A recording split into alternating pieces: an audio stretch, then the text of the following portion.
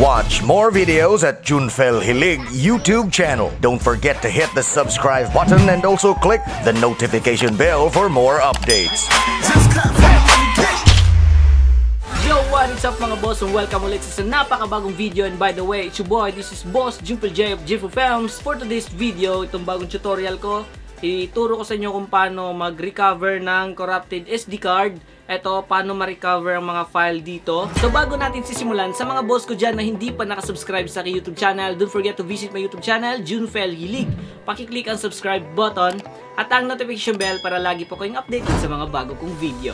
Okay? Ito po kasi yung problema ng mga photographer o tsaka videographer o mga vlogger na kapag isaksak nila to sa kanilang computer gamit ang card reader, kahit anong card reader, tapos lagay ito dito, tapos i-connect siya sa computer, kasi meron po kasing problema na nakalagay ng kailangan daw siyang i-format. Ang tawag na ito Kapag isaksak mo siya sa computer, meron po nakalagay na you need to format the disk in the drive D before you can use it. So kailangan, wala kang ibang option. Meron po nakalagay, do you want to format it? Meron po nakalagay, format, disk, or cancel. So wala kang ibang option kung paano siya i-recover, kung paano siya i-recover yung mga file na yon. Na problema kasi yung mga file na yon ay mga importante, lalo na mga picture, mga video, importanteng video. So ang unang gagawin, wag mo siyang i-reformat, cancel mo yan, wag mong i-click yung format disk. So click mo yung cancel, kasi pag pino-format mo yan, mawawala lahat ng mga file mo. Kaya meron po tayong gagawin na paraan para ma-recover yung mga file mo. So, wag mo siyang i-format disk, cancel mo lang siya. Tapos, mag-open ka ng tapos i-open mo yung iCare Data Recovery Pro. Ito yung ginamit ko na software kung paano mag-recover ng corrupted SD card. Yung problema ko kasi dati, palagi pong nakorrupt yung aking SD card. Pag saksak mo sa computer, meron po siyang lalagay na kailangan mo daw i-reformat. Hindi mo naman sinaksak sa ibang computer. Kala mo kasi meron siyang virus, pero hindi pala. Ganun po kasi pag hindi mo masaksak ng maayos. Kaya ayun, kailangan mong i-recover yung file. Kasi kung hindi mo i-recover yun, mawawala lahat ng file mo pag pino-format mo. Kaya ayun, open mo yung iCare Data Recovery. Pagkatapos nun, select mo yung nasa gitna, Advanced Recovery for any data loss like reformat, raw drive, drive is not format, and other data loss. So, click mo yung nasa gitna. So, pagkatapos mong maklik yung nasa gitna, click mo yung drive D.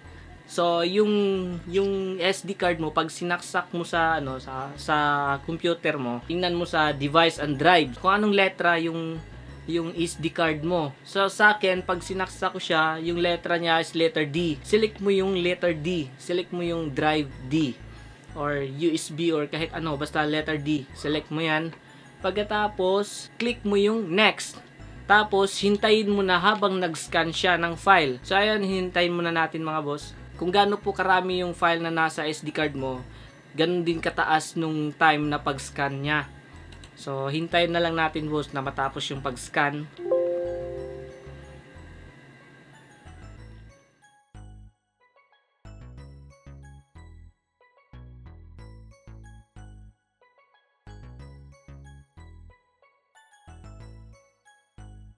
Okay mga boss, malapit na siyang ma-scan, malapit na matapos. Ayan.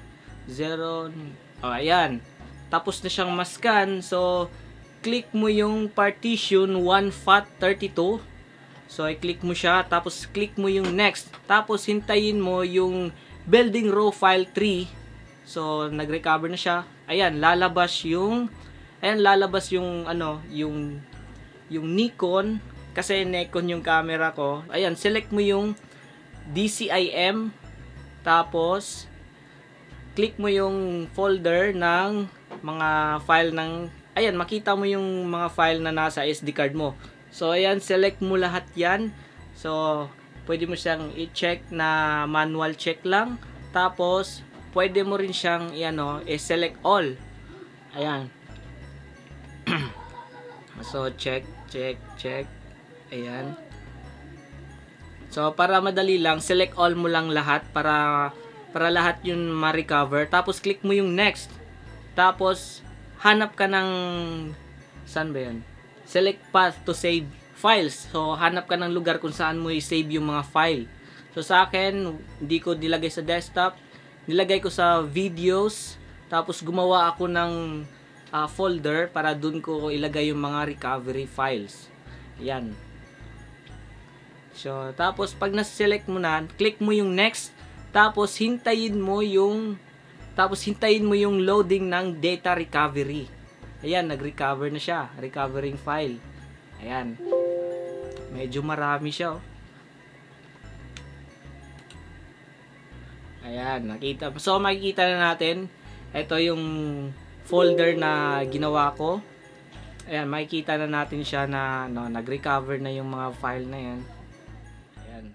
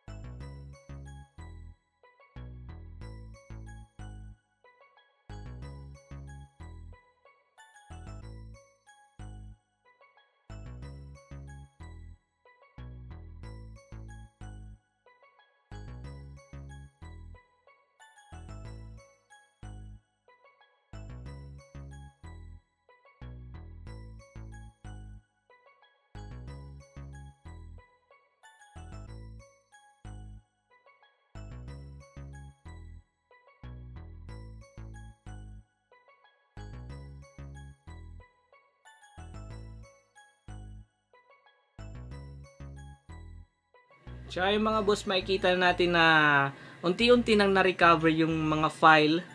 Ayan.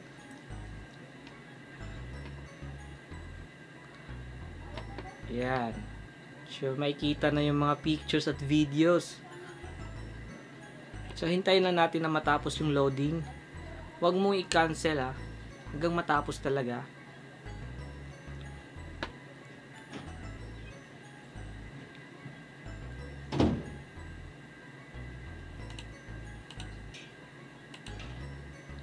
So, ayan mga boss, tapos na yung ma-recover lahat.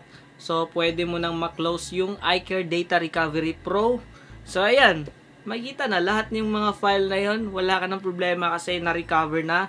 So, pwede mo nang i-reformat yung SD card na yon kasi na-recover mo na, na-save na dun sa folder na ginawa ko. So, ayan mga boss, sana meron po kayong natutunan sa aking simpleng tutorial sa lahat ng mga vloggers, photographers, at lahat ng mga videographers dyan na nagkakaproblema ng parehong problemang ganito. So, yung gagawin nyo lang, wag nyong i-reformat or wag nyong i-format yung SD card.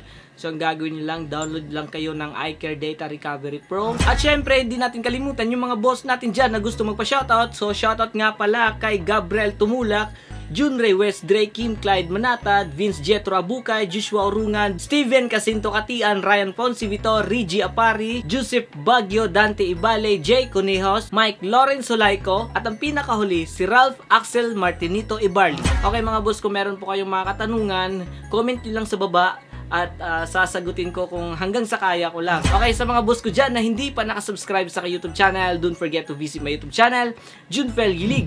Pakiclick ang subscribe button at ang notification bell para lagi po kayong updated sa mga bago kong video. Okay mga boss, keep safe po kayong lahat. Have a nice day and see you in my next vlog. Bye-bye! Watch more videos at Junfel Hilig YouTube channel. Don't forget to hit the subscribe button and also click the notification bell for more updates. Mga boss, thank you for watching.